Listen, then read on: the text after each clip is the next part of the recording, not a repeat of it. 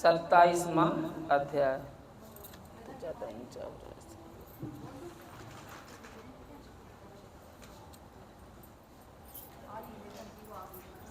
वो सच्चे दरबार की जय, वो शंकर भगवान की जय, शिव महापुराण की जय।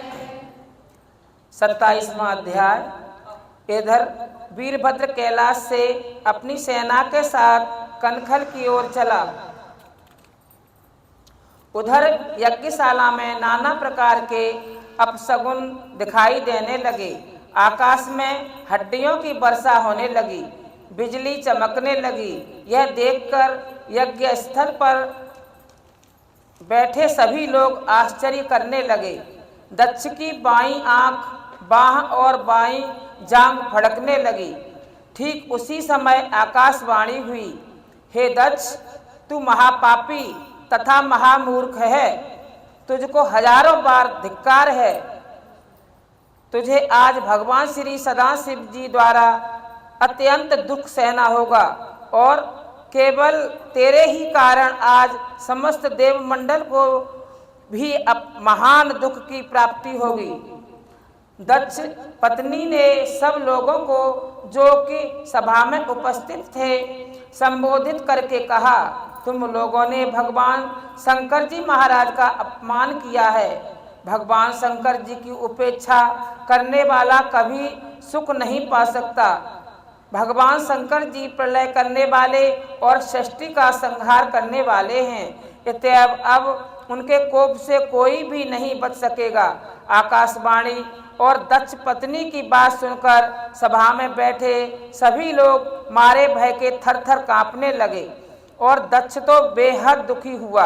वह डरता, कांपता, हाँफता तथा गिड़गिड़ाता हुआ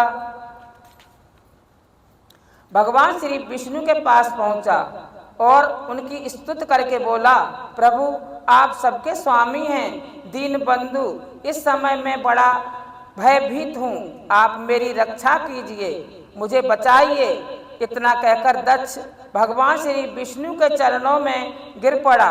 भगवान श्री विष्णु ने उसको समझाते हुए उत्तर दिया, हे दक्ष, जहाँ तक संभव होगा मैं आपकी रक्षा करूँगा और तुम्हारे यज्ञ की रक्षा करूँगा, लेकिन तुमने संसार का संहार करने वाले भगवान शंकर जी से शत्रुता की है, इत्यादि कोई भी तुम्हारी रक्षा नहीं कर सकता। हम सभी देवताओं की शक्ति उन्हीं से कायम है और उन्हीं के ध्यान व पूजन से शक्तिशाली हैं। उनकी समानता की क्षमता किसी में नहीं है। यह जो कुछ हो रहा है सब भगवान की अवज्ञा का फल है। पग पग पर जो तुम्हारा कार्य विफल हो रहा है यह सब भगवान श्री शंकर जी की उपेक्षा के कारण है। पूज्यों का अपमान होने से पग पग पर विपत्तियों का सामना करना पड़ता है। दरिद्रता, मरण तथा भय की प्राप्ति होती है। इत्यादि अब तुम यत्न पूर्वक भगवान शंकर जी का पूजन करो। देखो आज तुम्हारी ही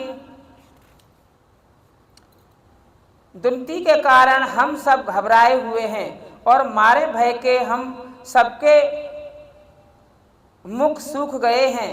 हम सब बड़े बड़े देवता प्रभावहीन हो गए हैं। श्री ब्रह्मा जी ने कहा, हे नारद, भगवान श्री विष्णु की बातें सुनकर दक्ष बड़ा घबराया। ठीक उसी समय वीरभद्र भी यज्ञ में आ पहुंचा। उस समय उसका स्वरूप अत्यंत दिव्य था। 5 मुख, 3 नेत्र, 10 भुजाएं, मस्तक पर सुंदर जटाएं और अर्धचंद्र, शरीर पर सांपों के आभूषण, बैल पर सवार, रुद्राक्ष की माला धारण किए हुए, भस्म लगाए, वज्र समान अंग वाले तरह तरह के हथियार धारण किए हुए शिव शिव का उच्चारण कर रहे थे। वीरभद्र के साथी असंख्य सूरवीरों दिखाए दिशाओं सहित आकाश मंडल व्याप्त हो गया।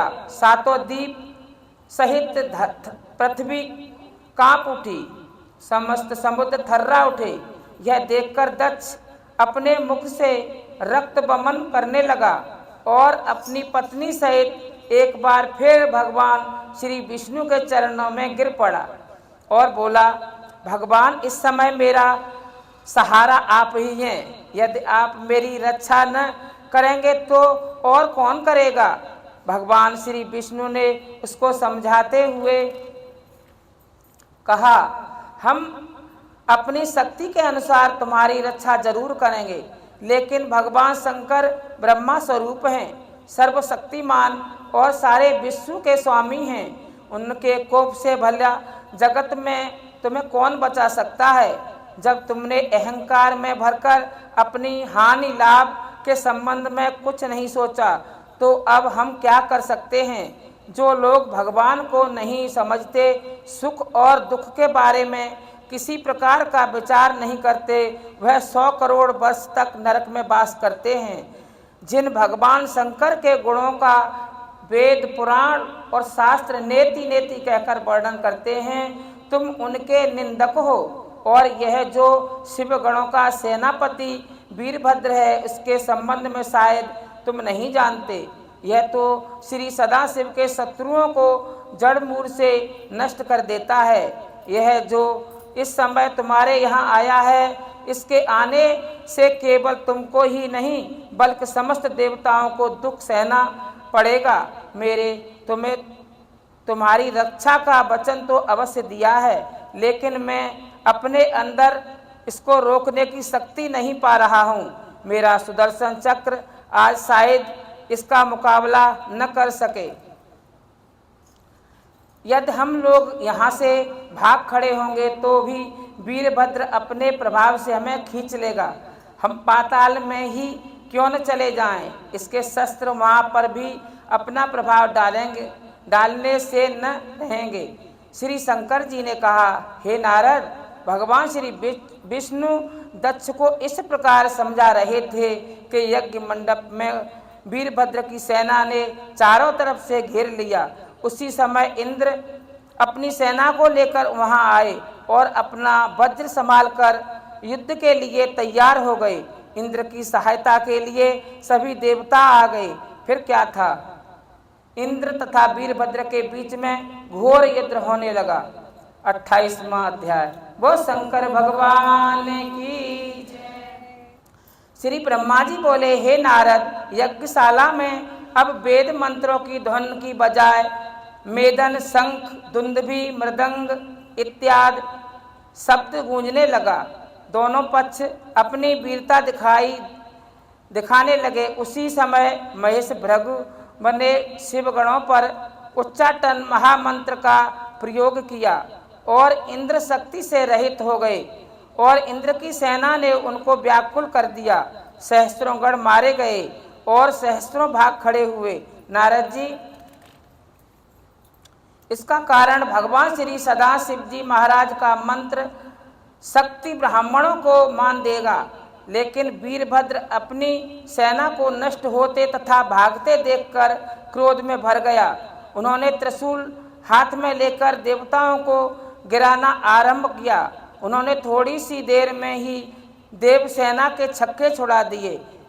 कितने ही देवता मारे गए, कितने ही घायल हुए, शेष भाग खड़े हुए। केवल इंद्र ही रणभूमि में डटा रहा। उसने देवताओं के गुरु बृहस्पति से पूछा, गुरुदेव, आप देवताओं के रक्षक हैं, अतएव आप ही कोई ऐसा उपाय बताइए जिससे कि हम लोगों को विजय प्राप्त हो सके। इंद्र की बात सुनकर श्री बृहस्पति बोले, हे देवतराज, यह जो वीरभद्र शिवगणों का सेनापति है, उसके पराक्रम के सामने कौन ठहर सकता है। रही भगवान शंकर को मिटाने की बात, सो उसके लिए निवेदन है। यंत्र, मंत्र, तंत्र, औषध, देव पुराण, कोई भी भगवान सदाशिव जी महाराज को नहीं मिटा सकता।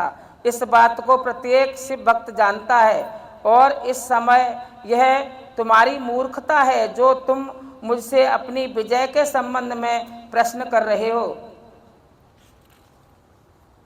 ठीक उसी समय वीरभद्र ने इंद्र के पास आकर कहा, तनिक मेरे पास आओ तो मैं तुम्हें इस यज्ञ में आने का फल दूं। हे अग्नि, हे सूर्य, हे चंद्रमा, हे कुबेर, हे वरुण, हे वायु, हे नित्य, हे यम, हे शेष, तथा सभी देवताओं, तुम सबके सब मूर्ख हो जो भगवान श्री सदाशिव जी महाराज को यज्ञ का भाग मिले बिना ही अपना अपना भाग लेने आए हो। मैं भगवान श्री सदाशिव जी महाराज के आदेश अनुसार तुम लोगों को यज्ञ भाग देने आया हूँ। मेरे पास आकर अपना अपना उचित भाग मुझसे प्राप्त करो। मैं तुम्हें ऐसा यज्ञ भाग दूंगा जिससे कि तुम सर्वदा के लिए तृप्त हो जाओगे। यह कहकर उग्र पराक्रमी वीरभद्र ने अपने तीक्ष्ण बाणों की वर्षा आरंभ कर दी, जिससे देव सेना में हाहाकार मच गई। वह सबके सब रणभूमि से भाग निकले। भागे हुए देवता भगवान विष्णु के पास पहुँचे और उनकी सहायता के लिए याचना की। ऋषियों और महर्षियों ने कहने पर भगवान श्री विष्णु युद्ध के लिए तैयार हो गए और अस्त्र शस्त्र संभालकर वीरभद्र के सामने आकर खड़े हो गए। उनको युद्ध के लिए तत्पर देखकर वीरभद्र ने कहा, रमापति, आप यहाँ किस लिए आए हैं? आप अपने तेज एवं प्रकाश को क्यों नष्ट करना चाहते हो? आप दक्ष की रक्षा के लिए क्यों चेष्टा कर रहे हो? यह आपकी शोभा नहीं देता। यदि आप मेरे बात न मानोगे तो मुझे आपको भी उचित यज्ञ का भाग देना पड़ेगा। भगवान श्री विष्णु बोले, हे वीरभद्र, तुम शिवगण हो और भगवान सदाशिव के तेज से उत्पन्न हुए हो। मैं इस समय दक्ष प्रजापति की सहायता के लिए आया हूँ। इसका कारण यह है कि दक्ष मेरा भक्त है, उससे ने मेरी बड़ी सेवा की है। भक्तों के अधीन रहने के कारण मैं यहाँ आया हूँ। इसी प्रकार भगवान श्री सदाशिव जी महाराज अपने भक्तों की रक्षा करते हैं। इतएव तुम अपनी शक्ति का प्रयोग करो और मैं अपनी शक्ति का प्रयोग करूं।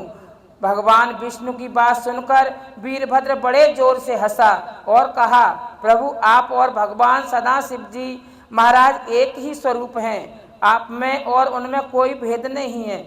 उनकी इच्छा से ही मैं यहाँ आया हूँ। अभी बताइए कि मेरा क्या कर्तव्य है? वीरभद्र की बात सुनकर भगवान विष्णु ने कहा, वीरभद्र, तुम भगवान सदाशिव जी महाराज की आज्ञा का पालन करो और मेरे साथ युद्ध करो। इस युद्ध में तुम्हारी विजय होगी। मैं आहत होकर विष्णु लोक को चला जाऊंगा। और इसके पश्चात महापराक्रमी वीरभद्र और भगवान विष्णु के बीच भयानक युद्ध होने लगा।